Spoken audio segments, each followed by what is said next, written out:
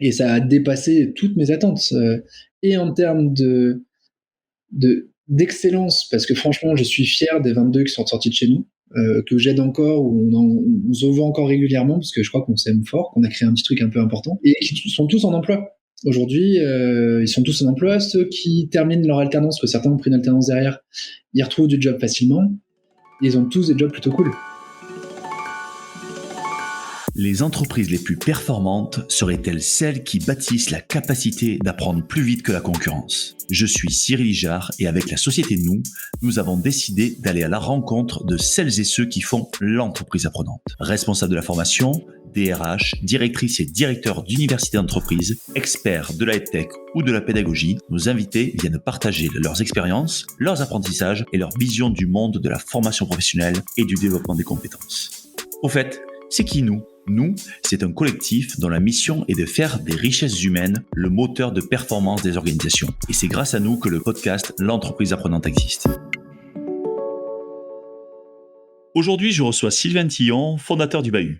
Le Bahut est une école qui forme des Digital Learning Managers. Sous format bootcamp en 3 mois, le Bahut accompagne des promotions de 25 étudiants venant de tout horizon pour devenir ingénieurs pédagogiques multimédia.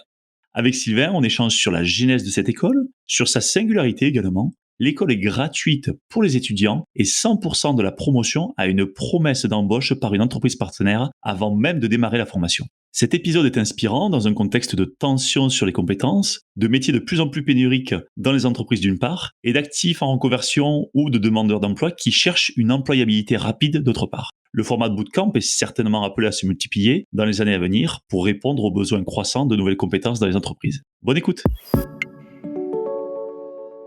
Bonjour Sylvain.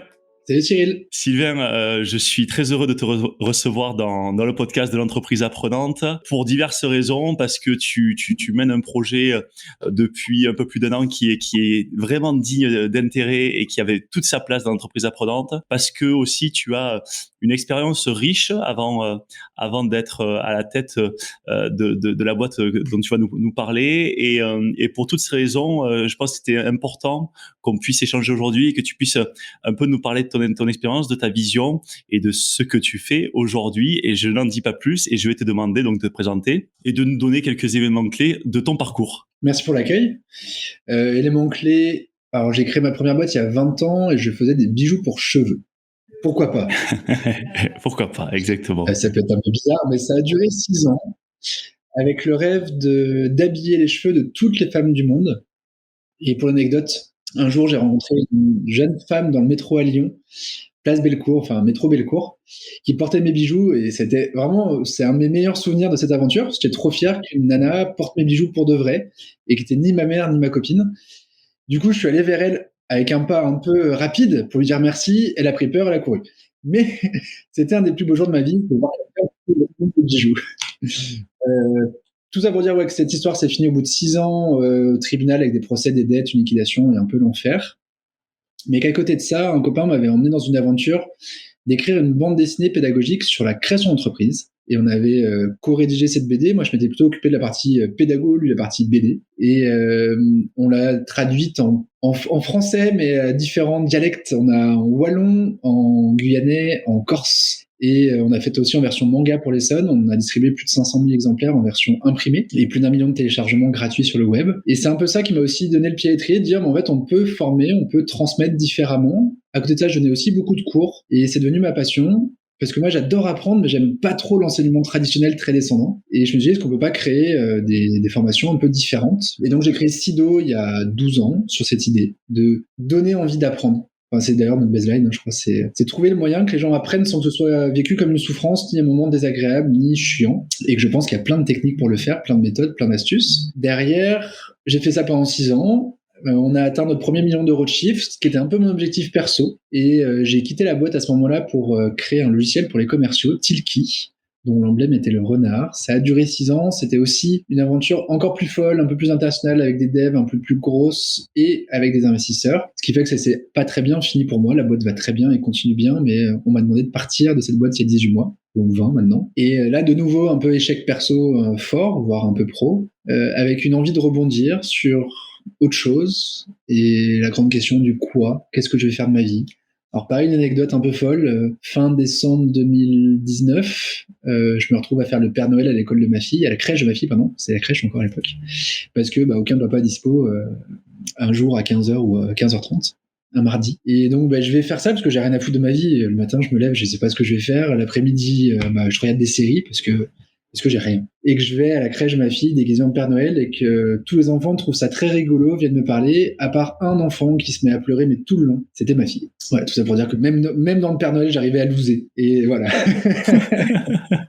Voilà pour la petite histoire. Et début 2020, en fait, moi, il y avait une école qui m'avait énormément plu, dans laquelle j'intervenais, qui était la Rocket School. Je pense qu'on en parlait juste après, parce que tu vas me demander d'où ça vient le bahut. Ouais, carrément. Qui m'a inspiré, qui m'a donné envie de faire autre chose, et donc de créer le bahut, où j'ai démarré le projet Le Bahut mi-avril 2020, quand j'ai embauché Rachel pour être la directrice de l'école, et qu'on a décidé de faire ce projet à deux. Ok, trop bien. Donc effectivement, un sacré parcours entrepreneurial avec tout ce que comporte la vie, voire la journée, j'ai envie de dire, d'un entrepreneur avec les montagnes russes. Donc c'est pas à toi que je vais l'apprendre. Donc merci pour ça. Petit aparté sur ton histoire de Père Noël. Je pense qu'il n'existe pas de formation, alors pas de Père Noël, mais de formation de papa. Et tu vois, je serais assez curieux et je pense que je serais l'un des premiers à aller me former à être papa parce que c'est quand même un sacré job. Donc je ferme la parenthèse et je vais faire la digression, mais il y a vraiment des sujets aussi sur la parentalité. En tout cas, moi je trouve en tant qu'homme. Ouais, et donc pour faire la transition, est-ce que tu peux nous présenter le bahut qui est ton projet actuel et nous dire pourquoi en fait d'où est parti, pourquoi tu as créé cette formation? Quand j'ai fait ma troisième aventure entrepreneuriale, la Tilki, on m'a interdit de donner des cours. Et j'ai réussi à rentrer par une porte dérobée, de faire des interventions à la Rocket School, qui est une école qui forme des BizDev avec un bootcamp de 3 mois et un job garanti au bout, école gratuite, et qui se base uniquement sur personnalité et motivation pour sélectionner les candidats. Et quand je me suis retrouvé là-bas, en fait, pour faire la démo de Tilki et leur mettre en place l'outil pour qu'ils sachent utiliser, pour qu'ils deviennent potentiellement des futurs ambassadeurs, j'ai adoré le public, j'ai adoré les apprenants, j'avais face à moi une promo qui avait 28-30 ans de moyenne d'âge, qui avait déjà vécu des choses, qui avait vécu des grosses galères pro ou perso, mais qui avait une envie folle d'apprendre. Et surtout, qui n'avait pas eu la chance que j'avais eu moi de faire une grande école, des études assez linéaires, assez simples, où tout s'était bien passé. J'avais quand même été soutenu par mes parents pour ça, et eux avaient vécu des péripéties un peu plus costauds. Et j'ai trouvé vraiment, je suis allé voir Cyril, d'ailleurs le fondateur, à la fin du cours, et je crois que je l'ai même dit à la fin du cours en disant que j'étais très jaloux, que j'aurais dû créer cette école, parce que j'adore ce sujet aussi du sales moderne et innovant, et que j'aurais dû le faire parce que je trouve le truc incroyable. Et donc voilà, c'est resté dans un coin de tête en me disant putain, c'est vraiment bien ce qu'ils font, parce que ils font vraiment bouger les choses, et ils aident vraiment des gens à retrouver un vrai job passionnant. Donc voilà, le truc qui traîne dans ma tête, dans un coin lointain. Et donc je me retrouve à rien faire, et début 2020, j'ai retourné ma boîte Sido, parce qu'en fait, j'en suis toujours actionnaire, majoritaire avec ma compagne, mais j'y travaille plus. Et elle me dit, putain, c'est fou, on reçoit des appels d'offres, le client, il nous demande de faire du waouh. Et quand on lui dit, ouais, mais c'est quoi le contenu et c'est quoi la cible, il nous dit, on s'en fout, faites-nous du waouh. En fait, on peut pas faire du waouh en formation si on sait pas à qui on parle, ni si on connaît pas le sujet. Donc, on peut pas leur répondre. Enfin, nous, on va pas leur faire du waouh pour faire du waouh. C'est pas notre métier, quoi.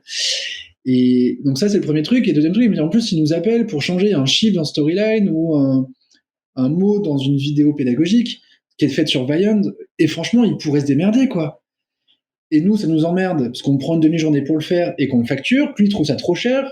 Et pourquoi il sait pas faire ça? Donc voilà les 2 points de départ.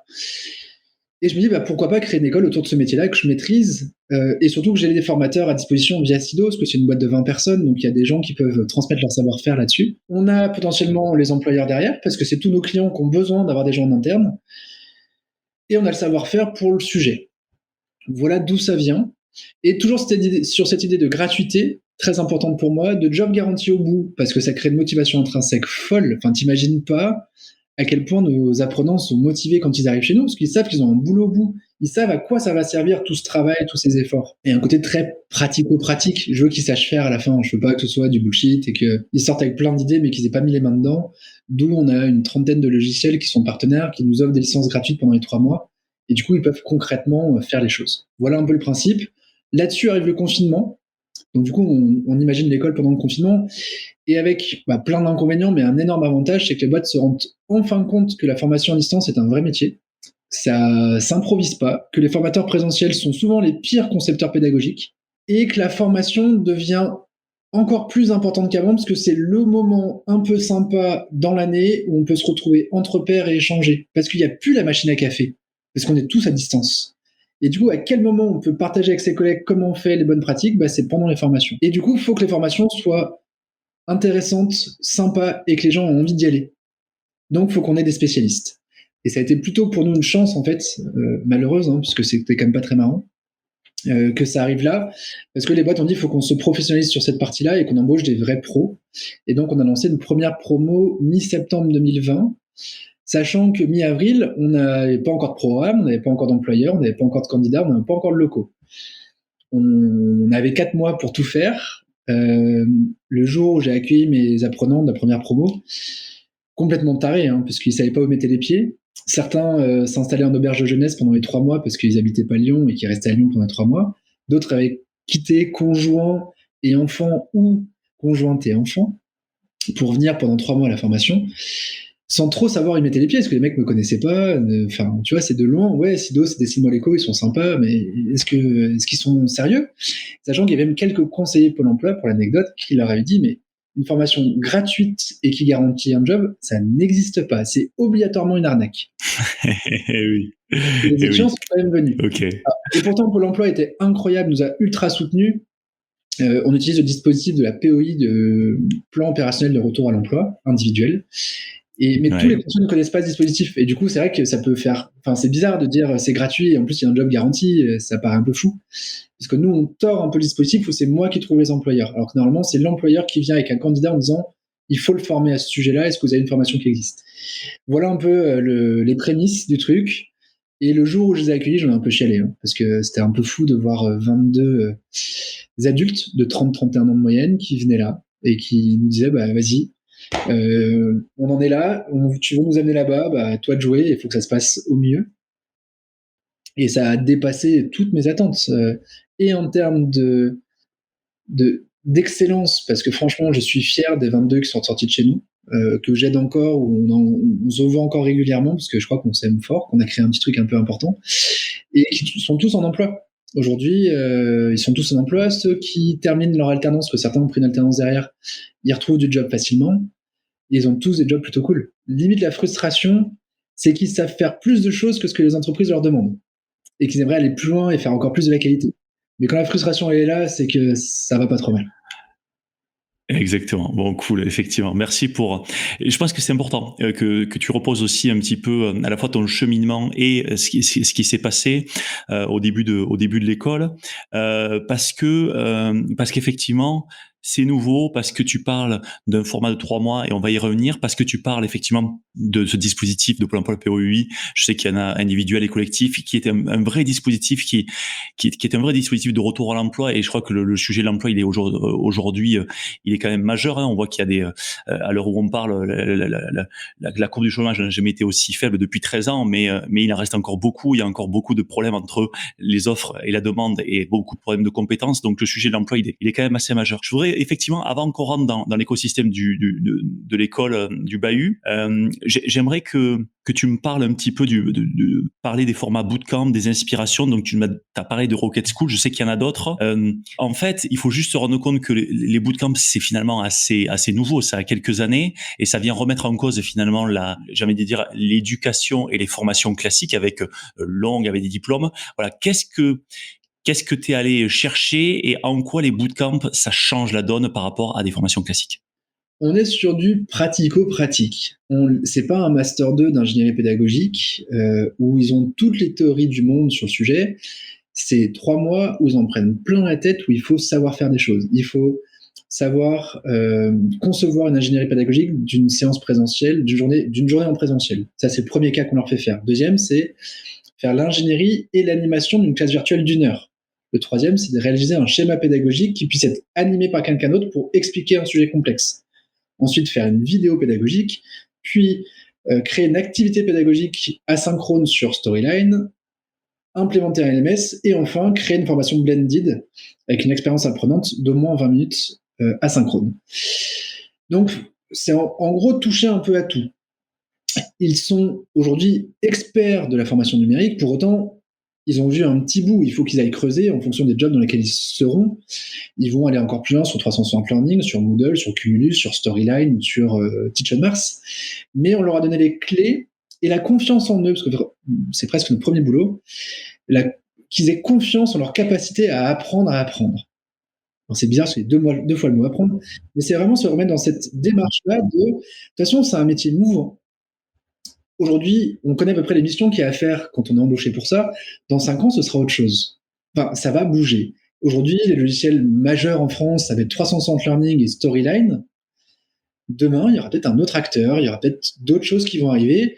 Et il faut être capable aussi de temps en temps de mettre un peu de Didask pour changer, ou mettre un peu de Game Learn pour créer une simulation de dialogue, ou de faire une vidéo sur Vaillant pour changer les rythmes aussi.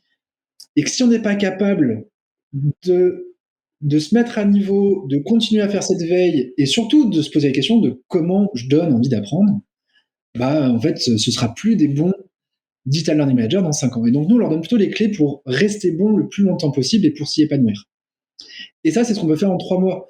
Pour autant, du coup, en 3 mois, on voit pas tout ce qui est certification RNCP, on voit pas Calliope, on voit pas tout ce qui est financement de la formation et juridique autour de la formation. On voit pas tout ce qui est stratégie de mise en place d'un catalogue de formation dans les entreprises. Il y a plein de choses qu'on voit pas, qu'on peut voir sur les formations longues. Et on peut pas tout faire. L'avantage des bootcamps, c'est qu'on peut se spécialiser sur un métier, une compétence forte. Le développement web, vous allez au wagon pendant 9 semaines, vous aurez les bases pour créer une architecture technique et pour coder en Ruby. Pour autant, il faudra continuer à apprendre, parce que vous aurez juste les bases. Pareil, vous ferez la même chose à Simplon. Alors 42, c'est plus long, c'est pas du bootcamp, c'est plutôt sur 2 ans, mais pareil, ce ne seront que des bases.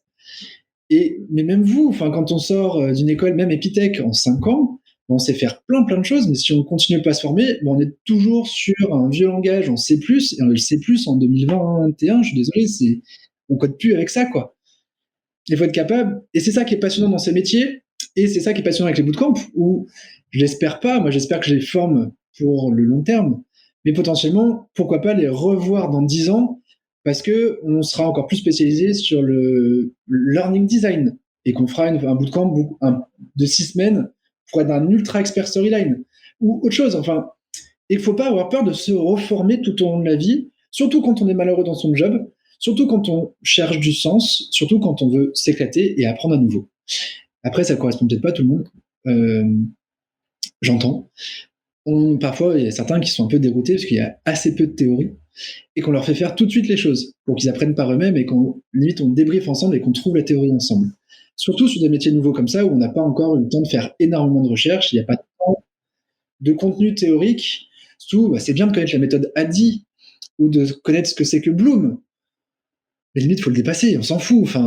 C'est presque assez logique et faire aller plus loin que ça, quoi.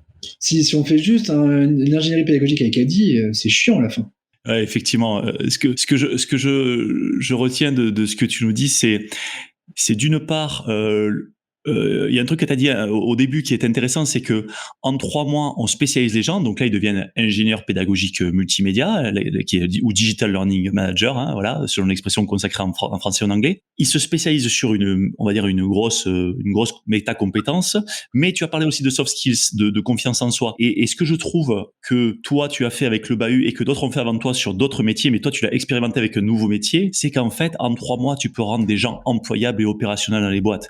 Et ça, c'est juste assez nouveau, et je pense on a encore beaucoup de pédagogie à faire, et pour donner à d'autres le goût de ce style de bootcamp, pour qu'ensuite il y ait des bootcamps sur plein de métiers différents. Et ça, je trouve que c'est assez intéressant.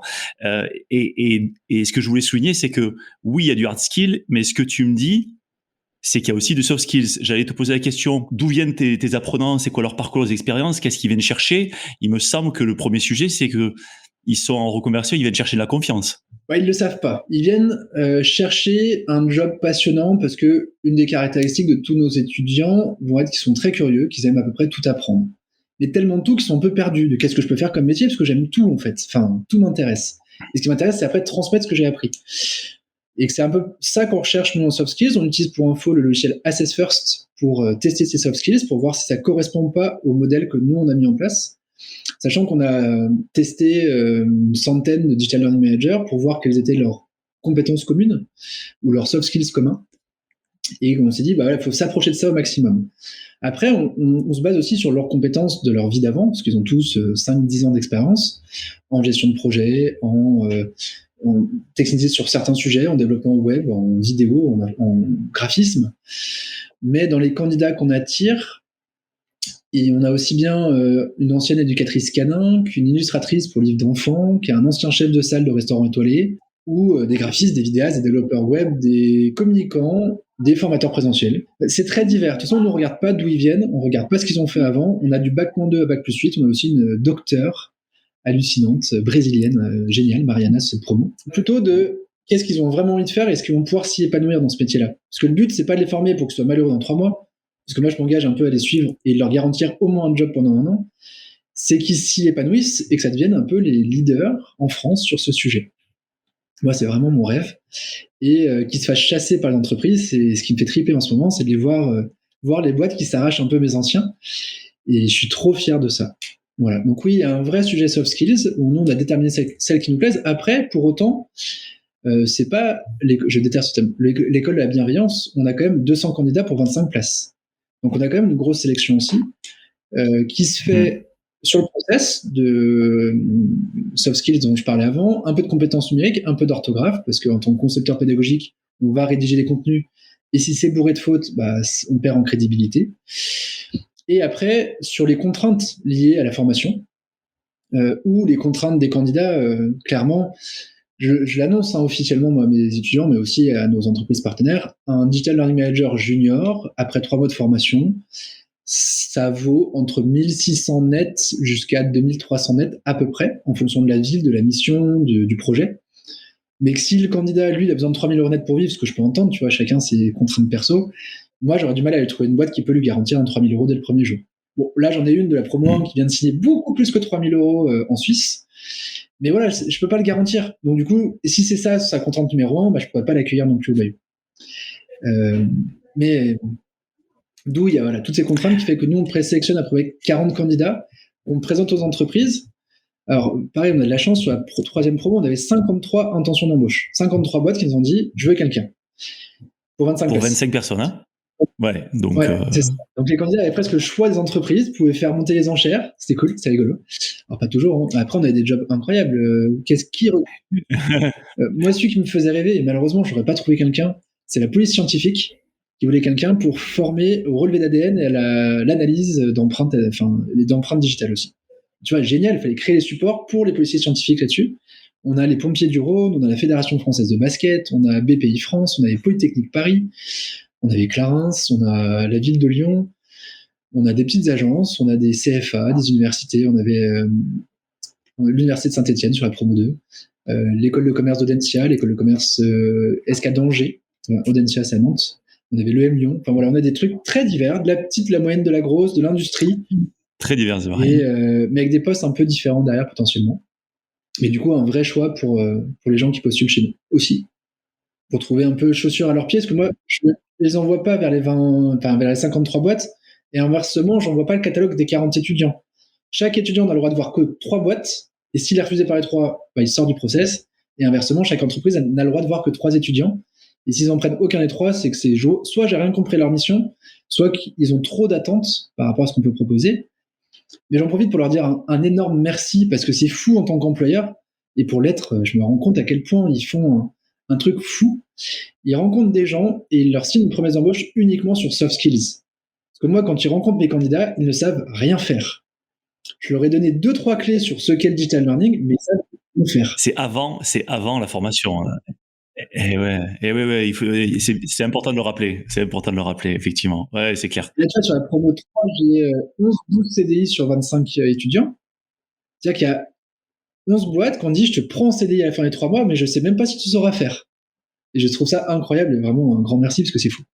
Alors, effectivement, et moi, c'est incroyable parce que culturellement, en fait, on n'est pas habitué à ça.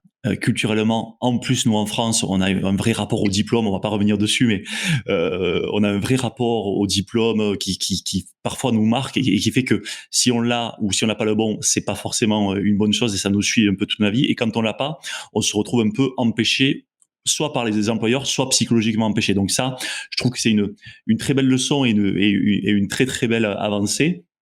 Et ça montre effectivement que le bahut, c'est effectivement une formation, mais c'est plus que ça en fait. C'est un pont entre des talents bruts et et des besoins de compétences. Et toi, tu viens faire ce pont avec ton équipe où tu viens leur apporter effectivement la compétence. Et comme tu l'as dit, c'est pas que la compétence, c'est aussi fléché parce que je pense que si tu mets les trois, si tu mets, tu proposes à une entreprise que 3 profils, tu sais lesquels tu proposes par rapport à la typologie d'entreprise, au type de mission, au tempérament que tu as pu voir. Donc c'est ça que je trouve intéressant parce que au-delà et parce que vous apportez vraiment un accompagnement du début à la fin qui est en plus normé. Tu as parlé d'Assess First, je connais cet outil et je sais que c'est un outil qui te permet vraiment de bien scanner, de bien screener les compétences et aussi les appétences de chacun. Donc c'est là où je trouve que vous avez un véritable suivi qui n'est pas on a posé une formation qui est un bootcamp de 3 mois, non, on a posé finalement on a posé un format qui permet l'employabilité d'un certain nombre de personnes qui répond exactement à des besoins pénuriques dans les entreprises. Et ça c'est ça que je trouve moi vraiment intéressant et brillant comme approche. Toutes les boîtes qui sont sur des sujets pénuriques où ils ont une expertise interne à créer leur propre école pour soit se former leurs futurs collaborateurs, parce que moi j'en ai embauché 2 du bahut, j'en suis très content. Soit pour aussi en former pour leurs clients, parce qu'au bout d'un moment, on peut pas tout faire et toutes les missions ne sont pas intéressantes. Et je fais ce lien parce qu'en fait, ce qui est génial, enfin moi ce que j'adore dans notre approche, mais ce qui est dangereux, c'est que mes premiers employeurs sont mes clients. Les clients de mon agence C2. D'où avec l'obligation de leur envoyer des super bons candidats. Parce que si je me plante et que je leur envoie quelqu'un qui est pas bien formé, je risque de perdre leur confiance, donc de perdre le client.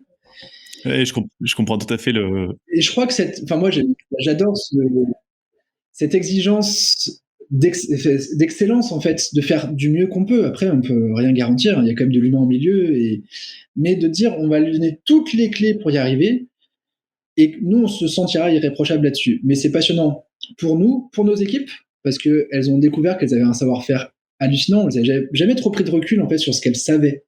Parce que finalement, au quotidien, elles le faisaient et elles se rendaient pas toujours compte. Et là, en fait, en plus, on voit l'évolution sur 3 mois de personnes et il y a une évolution folle. J'ai partagé sur LinkedIn pas mal de leurs réalisations et je te renverrai pour que tu aies des liens et que tu puisses mettre en lien du podcast. Les gens voient ce qu'ils font et franchement. Ouais, on le mettra en description du podcast. Ouais. Assez fou. Ouais. Ce qu'ils arrivent à faire et moi, je suis bluffé, je suis le premier, tu vois. Donc, du coup, voir ça et toi, quand tu étais leur formateur sur un petit bout, tu dis putain, j'ai participé à ce truc, quoi.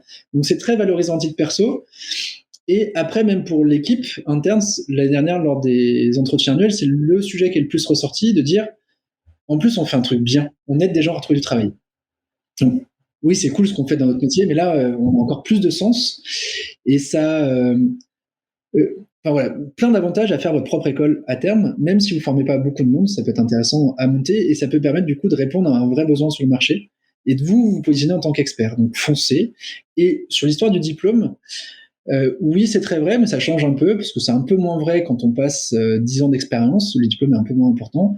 Pour autant, nous, notre diplôme, c'est la marque. Pour l'instant, on n'est pas diplômant, mais les boîtes viennent chercher les gens qui ont fait le bahut, puisqu'ils savent qu'on a des profils particuliers, des gens qui sont très bien formés, qui n'ont pas peur, et qui sont aujourd'hui technophiles, et qui n'ont pas peur des outils.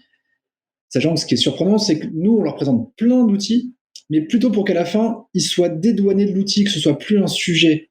En fait, qu'on ne réfléchisse pas à tout mettre dans un seul truc, mais qu'on soit capable de choisir parmi le panorama. Il y en a aujourd'hui 2000 d'outils tech qui permettent de mieux former et de se mettre dans une démarche d'entreprise apprenante.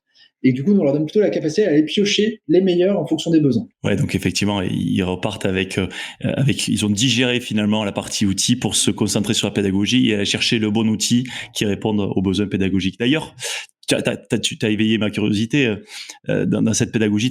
Tu as parlé beaucoup de faire, c'est-à-dire c'est une pédagogie du faire. Tes étudiants, ils doivent réaliser des projets concrets et tu as commencé à en parler pour développer leurs compétences. Est-ce que tu peux nous donner quelques exemples de réalisations qu'ils ont fait et voilà, qui t'ont marqué? Promo 1, ils ont fait une vidéo pédagogique sur la méthode de brassage de la bière. C'était un brasseur qui est venu leur expliquer ça pendant 1 heure. Ils avaient 2 minutes 30 pour expliquer ça en vidéo. Promo 2, on a eu une vidéo que j'aime beaucoup sur la liberté d'expression sur les réseaux sociaux. Donc pareil, interview d'1 heure avec un avocat spécialiste du sujet. Et à la fin, devoir faire une vidéo de 2 minutes, 2 minutes 30 pour expliquer jusqu'où on peut aller sur les réseaux sociaux, quels sont les enjeux juridiques derrière une prise de parole publique. Et que je trouve du coup importante qu'on devrait diffuser dans les collèges cette vidéo, parce qu'en fait, on n'est pas très bien formé à ce qu'on peut dire ou pas. On a une liberté de conscience absolue, on pense ce qu'on veut, mais on peut pas écrire ni dire ce qu'on veut publiquement. On a fait une aussi, une autre fierté, c'est pour expliquer les règles du basket 3 contre 3, qui est un nouveau sport, qui est olympique, que je connaissais pas d'ailleurs avant ça. Et j'avais fait intervenir le coach de l'équipe de France de basket de moins de 19 ans, qui est venu expliquer pendant 1 heure ce que c'était, quels étaient les enjeux, comment ça marchait. Et on a donc c'est 6 étudiants qui travaillent sur chacun des sujets, sur chaque interview. Et une des 6, sa vidéo était vraiment cool. On l'a mise en avant sur LinkedIn et la Fédération française de basket l'a récupérée pour la mettre sur leur site. Et donc du coup, on est les vidéos explicatives de ce sport. Et en plus, ils nous ont embauché quelqu'un en promo 3 qui nous ont dit waouh, s'ils sont capables de faire les choses pareilles, on en veut un de chez vous. Donc trop content. Donc là, c'est sur la partie vidéo, mais après, on a une qui a fait un e-learning que je t'enverrai, que je trouve hallucinant pour expliquer, pour former à l'indexation en bibliothèque des livres, l'indexation des livres en bibliothèque. Il n'y a pas de sujet plus chiant. Franchement, tu vois, c'est pourquoi je mets ces chiffres, ces lettres et le truc pas marrant du tout, quoi.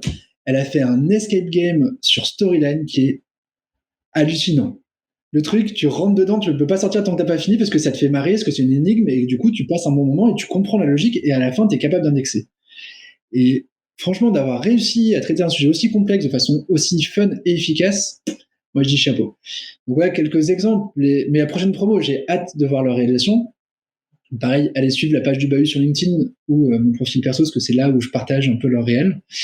On fait venir 4 experts lundi sur les sujets vidéo, notamment un qui est plongeur et qui s'est spécialisé sur la pollution aquatique ou sous-marine, et qui viendra leur faire un exposé d'1 heure sur la pollution liée aux munitions militaires qui ont été abandonnées dans les lacs et les océans. Et en fait, c'est une pollution dont on parle très peu, mais catastrophique. Et il y a des dizaines de milliers de tonnes de munitions qui ont été jetées à la mer post-Seconde Guerre mondiale, parce qu'en fait, on en avait trop, on savait pas quoi en faire, que si on laissait ça à l'air libre, ça pétait. Et donc, on s'est dit, on va l'enfouir dans l'eau. Mais ça pète aussi. C'est dangereux parce qu'il y a plein de métaux lourds qui en ressortent. Il y a aussi des gaz, on ne sait pas trop ce qu'ils ont mis dedans. Parfois, c'est en bord de rive. Il faut savoir que dans le lac Léman, à moins de 100 mètres de la rive, il y a des munitions qui peuvent exploser à tout moment. Sachant que dans le lac Léman, on pêche des poissons, on s'y baigne, et il y a des canalisations, et il y a la fibre, il y a énormément de choses où les Suisses pensaient qu'il n'y avait rien, mais en fait, il y avait une usine d'armement proche du lac Léman. Et post-Seconde Guerre mondiale, ils ont demandé aux ouvriers de toutes les nuits jeter des caisses de munitions dans le lac Léman. Voilà ce qui viendra leur expliquer, et il faudra en faire une vidéo de 2 minutes pour expliquer pourquoi c'est grave, pourquoi c'est une pollution compliquée, comment traiter cette pollution. Parce qu'en gros, soit on ne peut pas faire bouger la caisse de munitions parce qu'elle est trop ancienne et qu'on risque de faire péter en la bougeant. Donc là, il faut la faire péter la Wallet, sauf qu'on détruit tout ce qui est autour, toute la faune et la flore marine. Soit on peut la déplacer, mais pas l'immerger, pas la sortir de l'eau. Et du coup, on va le déplacer à un endroit où le fait de la détruire abîmera moins de choses. Soit on peut la sortir et la traiter en usine, et dans ce cas, c'est l'idéal. Mais c'est pas toujours le cas.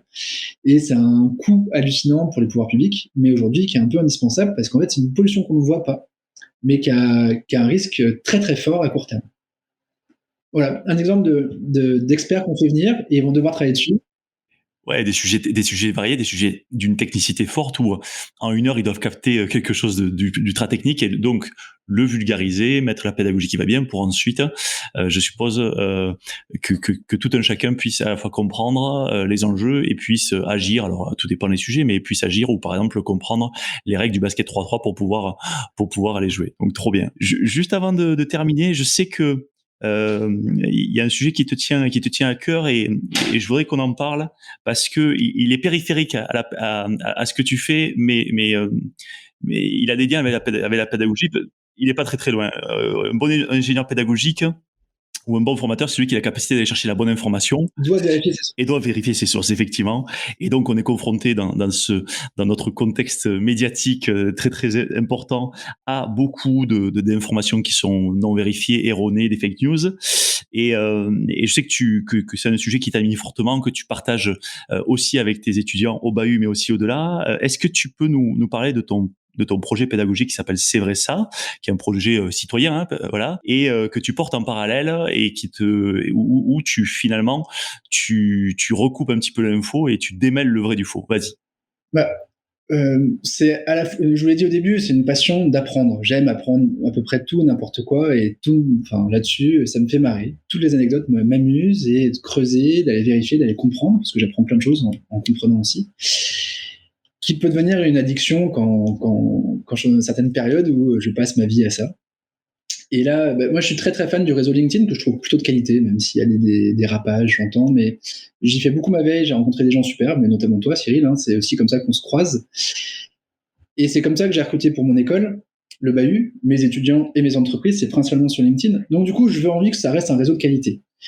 Sauf qu'évidemment, avec la pandémie, est arrivée une flambée de conneries, de bullshit et d'infox qu'on s'est donné pour mission de traiter avec un copain qui est avocat, et de traiter de façon polie, courtoise et factuelle. Mais du coup, ça m'amène à aller vérifier des infos beaucoup plus simples que de la science. Vous avez peut-être vu passer cette histoire de Anna, ukrainienne, championne du monde d'échecs, qui a refusé d'aller au championnat du monde en Arabie Saoudite parce qu'on lui imposait de porter le voile. Et c'est quand même un bel acte de résistance féministe que d'avoir refusé de porter le voile. Souvent partagé par des gens très proches de l'extrême droite et énormément liké sur LinkedIn parce que, effectivement, le geste est plutôt intéressant. Sauf que, le voile n'était pas obligatoire. Et j'ai trouvé le règlement et les photos des participantes, elles ne portaient pas le voile. 2, il faut savoir que le jeu d'échecs il y a eu une fatwa sur le jeu d'échecs 1 an avant les championnats du monde par le grand moufti, donc c'est en gros le grand archevêque d'Arabie Saoudite, et que le prince Mohammed Ben Salman, qui est un peu fou aussi, mais a voulu montrer que c'était un jeu qui développait plutôt l'intellect et a payé la fédération pour organiser les championnats du monde chez lui pour montrer qu'ils avaient le droit de jouer même s'il y a une fatwa. Donc il y a un truc un peu presque démocratique derrière, même si c'est loin d'être une démocratie, je suis d'accord, mais qui est plutôt joli. Alors que le meilleur joueur d'échecs saoudien est 15 millième mondial. Donc c'est pas du tout pour... tu vois, c'est pas parce qu'il y a des bons joueurs là-bas, ils sont tous nuls, mais il faut les former. Aussi, il faut savoir qu'elle a été championne du monde 6 mois avant en Iran. Et que là-bas, en Iran, le port du voile est obligatoire. Et qu'elle l'a porté pendant 1 mois. Et c'est marrant, à 6 mois près, de dire là, maintenant, je veux plus, alors qu'avant, je voulais bien. Et on se demande, du coup, quelle est la logique derrière et pourquoi ça a été poussé. Aussi, 6 mois après, c'est de nouveau en Iran. Et là, une Indienne a refusé d'y aller. Une Indienne qui est 3e meilleure joueuse mondiale a refusé d'aller en Iran. Et elle, personne n'en a parlé. Enfin, pour moi, ce qui est limite le plus grave dans toute cette histoire, c'est que les athlètes israéliens ont été interdits de concourir en Arabie Saoudite parce qu'ils n'ont pas pu avoir de visa parce que l'Arabie Saoudite ne reconnaît pas l'État d'Israël. Mais ça, personne n'en a parlé. Et je trouve ça pas normal quand tu es un champion de sport, enfin d'un sport, c'est un sport, les échecs, à ce niveau-là, que tu n'aies pas le droit de concourir à ton propre championnat du monde. Enfin, tu vois, voilà. Donc il y avait plein de choses à raconter. Clairement. Et on a raconté de la merde. Et c'est repris partout. Pourquoi ? Alors pourquoi il y a des gens qui ont peut-être trouvé l'explication, je trouve pas conne, qu'elle nous ressemble. Anna, elle est blanche, comme nous. Enfin, tu vois, comme nous, Français, principalement. Ouais, bien sûr, eurasienne, ouais. Eurasienne, et dans la tête des gens, les Russes sont très forts aux échecs. Ce qui est plus si vrai. C'est pas notamment les meilleurs aujourd'hui, les Russes, mais dans notre imaginaire, post-Seconde Guerre mondiale, c'est vrai que les Russes, ils avaient un gros entraînement là-dessus. Et donc, ça paraît crédible qu'elle est championne du monde. En plus, elle nous ressemble. En plus, elle est pas trop loin, tu vois, c'est l'Europe, c'est l'Ukraine. Donc, on s'insurge plus facilement que pour une Indienne qui, elle, le fait parce que dans son pays, il y a des gros conflits aussi avec les musulmans, et qui dit je veux pas prendre parti là-dedans, mais comme elle est plutôt black, on n'en parle pas. Enfin voilà, peut-être que c'est une question de proximité où on se sent proche d'elle et que son histoire nous parle. Mais attention à ces infos-là, comme l'histoire de la meute de loups. Vous avez tous dû voir ce truc horrible, comme quoi on met les anciens devant, comme ça c'est eux qui dictent le rythme et on les met pas trop à la traîne. Et c'est les plus forts derrière pour protéger la meute. C'est complètement bidon. On a échangé avec le photographe qui nous a dit c'est pas du tout ça ce qu'on a vu. C'est pas la vraie histoire. Mais ça a été repris par tous les gourous en management, comme quoi il fallait mettre les anciens devant. Mais l'idée est belle, hein, mais c'est juste basé sur une fausse image, une fausse histoire. Voilà, donc c'est des trucs comme ça qui m'amusent, mais aussi des trucs sur le Covid, des trucs sur les vaccins, évidemment, terriblement, parce que c'est tous les jours.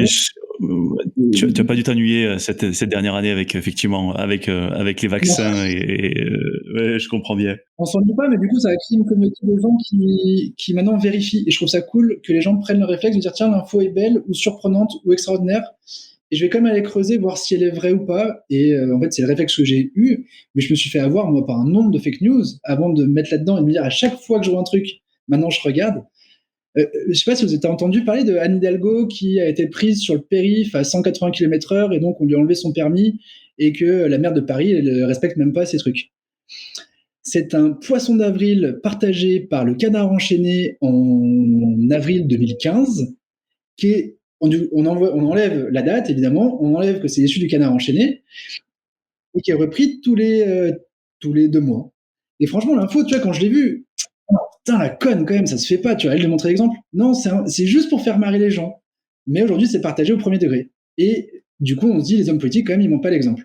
Ils font plein de conneries, hein, mais pas celle-là. Ouais, c'est clair. Non, mais ce que je trouve intéressant dans ce projet et globalement, surtout dans la posture que toi, tu apportes, c'est que on est sur le podcast de l'entreprise apprenante et ce qu'on essaie de décrypter, en fait, c'est comment on doit apprendre individuellement et aussi collectivement. Et ce que je trouve important, c'est qu'on est dans un monde où il y a beaucoup de changements et parfois on est en train d'apprendre, on est en train de nous apprendre des choses qui sont erronées. Un des sujets, c'est l'écologie. Aujourd'hui, l'écologie, tout ce qui concerne l'écologie, si tu veux, on a soit des choses qu'on nous a dites depuis des années qui sont totalement fausses et qui sont totalement erronées, et donc on doit désapprendre, ou en tout cas on doit avoir cet esprit suffisamment critique qui nous permette un peu de prendre ce recul, un peu comme toi tu le fais avec ce projet c'est vrai ça, afin de se dire attends, finalement là, est-ce que on n'est pas collectivement en tant que citoyen ou collectivement en tant qu'entreprise, parce que les entreprises aussi, elles ont des actions au niveau de la planète, on n'est pas en train de faire une grosse bêtise. Donc c'est ça que je trouve intéressant quand on est une organisation, que ce soit une entreprise, mais que ce soit aussi une organisation citoyenne, c'est de se dire, attends, on se pose, on reprend la donnée, on reprend ce qu'on savait, et finalement, est-ce que c'est ça la vérité ? Est-ce que si on le regarde d'un autre profil, si on prend d'autres sources, est-ce qu'on peut pas, on peut pas un peu confronter les choses ? C'est un peu le sujet de l'esprit critique, hein, de douter de tout avec modération. Hein, voilà, l'idée c'est de douter de tout avec modération et de voir si il y a pas un loup dans la bergerie. Et du coup, si tu veux, pour le livre en conclusion à lire, c'est Factfulness de Hans Rosling, qui est incroyable parce qu'il vous fait découvrir le monde autrement que dans les médias, à partir de chiffres et de faits. Et il commence par un petit questionnaire de 20 questions. La note moyenne est de 6 sur 20, et même parmi les dirigeants. Donc il explique pourquoi. Et il explique qu'on ne voit pas le monde de la bonne façon. Alors, en plus, le livre est plutôt positif et optimiste, ce qui fait quand même du bien, mais qui nous permet de faire sur des choses... Enfin, je vais tenter, tiens, une question avec toi. D'après toi, dans le monde, il y a 20% des enfants qui sont vaccinés contre les 10 plus grosses maladies mondiales, 50% ou 80%? Franchement, moi, je dirais 20. 80. Ah ouais. Ok. D'après toi, aujourd'hui, il y a plus de morts de catastrophes naturelles qu'il y a 100 ans, 2 fois plus de morts, autant de morts qu'il y a 100 ans ou 2 fois moins? Ouais, je dirais autant. Il y en a 2 fois moins parce qu'en fait, on ne meurt pas. Là, le plus de morts, c'est pas lié à la catastrophe, c'est lié aux conséquences de la catastrophe, avec insalubrité, maladie et ce genre de choses. Et comme il y a, grâce aux médias et grâce aux avions, on arrive beaucoup plus vite pour faire les secours. Et il explique par exemple que le tremblement de terre à Mexico, ce qui a été la cata, c'est en fait les gens qui sont morts des maladies liées au tremblement de terre à Mexico, plus que du tremblement. Et qu'aujourd'hui, maintenant, il n'y a plus ces morts, il n'y a que les morts de la catastrophe, et qui malheureusement, il y a beaucoup plus qu'avant. mais en plus, on le sait aussi plus, hein, mais on intervient beaucoup plus vite en termes de secours. Donc voilà, il y a ça vous permettra de voir le monde différemment et c'est passionnant. Je le mettrai en note de l'épisode, tout comme je mettrai la page C'est vrai ça, qui permettra à chaque auditeur d'aller voir. Bon, mais trop bien. Franchement, merci beaucoup Sylvain. Je trouve que alors c'était un épisode voilà où tu nous as partagé beaucoup d'exemples et autres, où on est allé et tu nous as fait rentrer dans la cuisine un petit peu du bahut et je t'en remercie pour ça. Je pense que ça doit en conclusion aussi nous poser question. Voilà, tous les gens qui travaillent dans la formation professionnelle, dans le développement des compétences, à comment en fait on peut arriver à répondre en fait à nos enjeux de compétences d'aujourd'hui et de demain, parce qu'on sait qu'on est dans des transformations qui sont très très fortes, qui sont très rapides, et je pense que tu as apporté sur ce témoignage, c'est pas le seul, mais en tout cas une clé, un élément de réponse, et pour tout ça je t'en remercie. Merci beaucoup donc Sylvain, et puis je te dis à très bientôt. Merci Cyril, à bientôt.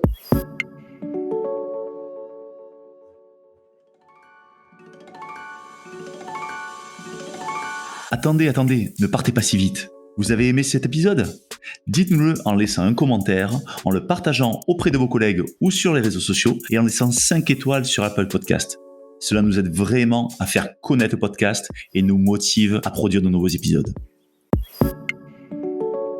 L'entreprise apprenante vous a été présentée par nous. Nous est une entreprise dont la mission est de faire des richesses humaines le moteur de performance des organisations. Retrouvez-nous sur nous.co, nous.co. À très bientôt sur l'entreprise apprenante.